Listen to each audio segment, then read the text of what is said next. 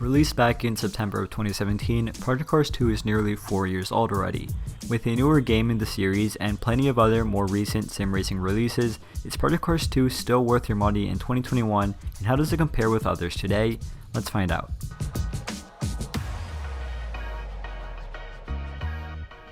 To keep this video as short and as simple as possible, I'll narrow it down to 3 main sections: the game's positives, its negatives, and finally, whether it's still worth it in 2021 and how it compares to other, more recent titles. Of course, if you just want to skip around the video, timestamps will be in the video description. So without further ado, sit back, relax, and let's get into it.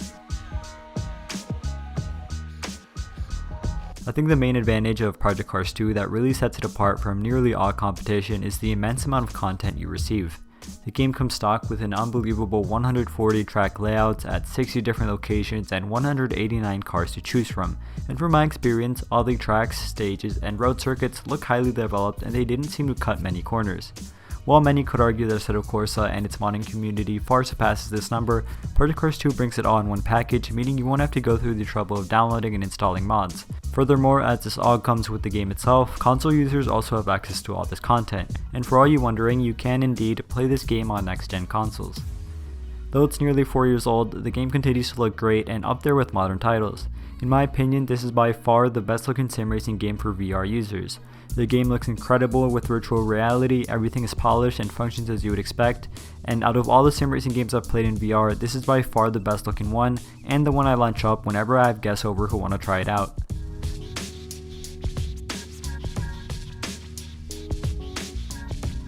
Project Cars 2 also features every weather and climate option you could want, from thunderstorms to heavy snowfall. From driving in 2 in the morning or 4 in the afternoon, this game allows you to immerse yourself and drive however you please. One of my favorite things to do is hop in an F40 and drive the Nordschleife under pouring rain at night with my VR headset on. Truly one of the most immersive experiences I've ever had.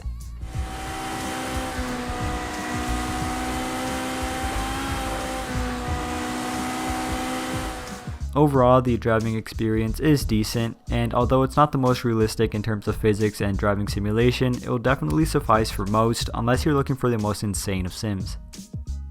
To top off the positives, Project Cars 2 features incredible sounding cars and ambient noise, good music, and a helpful race engineer which helps you tune your car's setup to your liking, which is also extremely helpful for beginners. It also comes with a multiplayer and career mode as well, so it's sure to have something for everyone.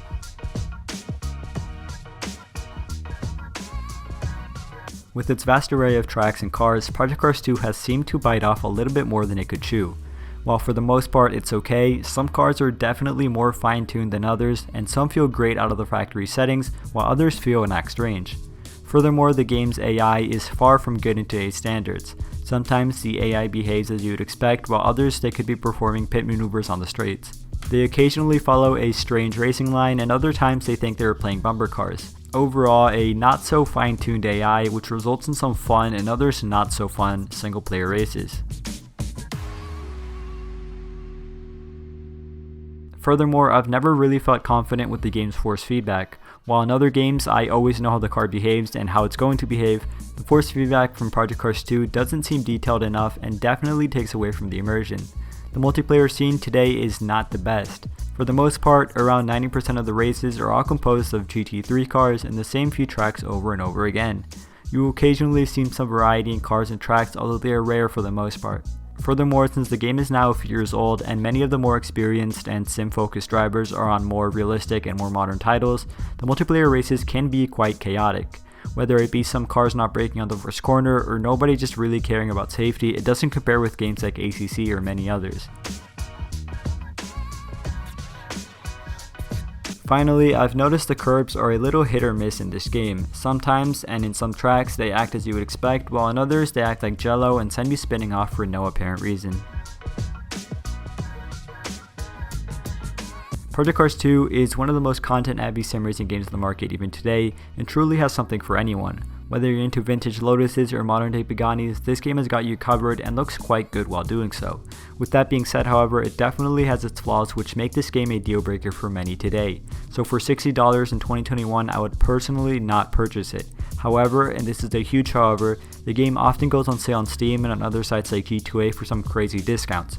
So for around $5 to $20, which is what I've seen it go for, it's definitely worth it even if you just want to try out some cars you've never heard of before. Also, if you play with VR, there is no better looking sim racing title than this. So for $60, unless you're made out of money, no, it's not worth it in 2021, but for the occasional 60 to 90% discount, this is totally worth it. In conclusion, neither its multiplayer scene nor physics engine compares to modern day titles. However, it's nearly unrivaled in terms of variety and content and VR experience, making it a solid pick in Steam's winter, summer, and occasional sales, though I wouldn't pay full price for it. As always, let me know what you think in the comments. How has your experience with Project Cars 2 been? Do you agree with me? Do you disagree? I'll be reading them all and likely responding to the most. Finally, if you're new to the channel and into sim racing related content, consider subscribing as I upload high quality sim racing content every Friday. With that being said, thank you all for watching, stay safe, and have a fantastic rest of your day.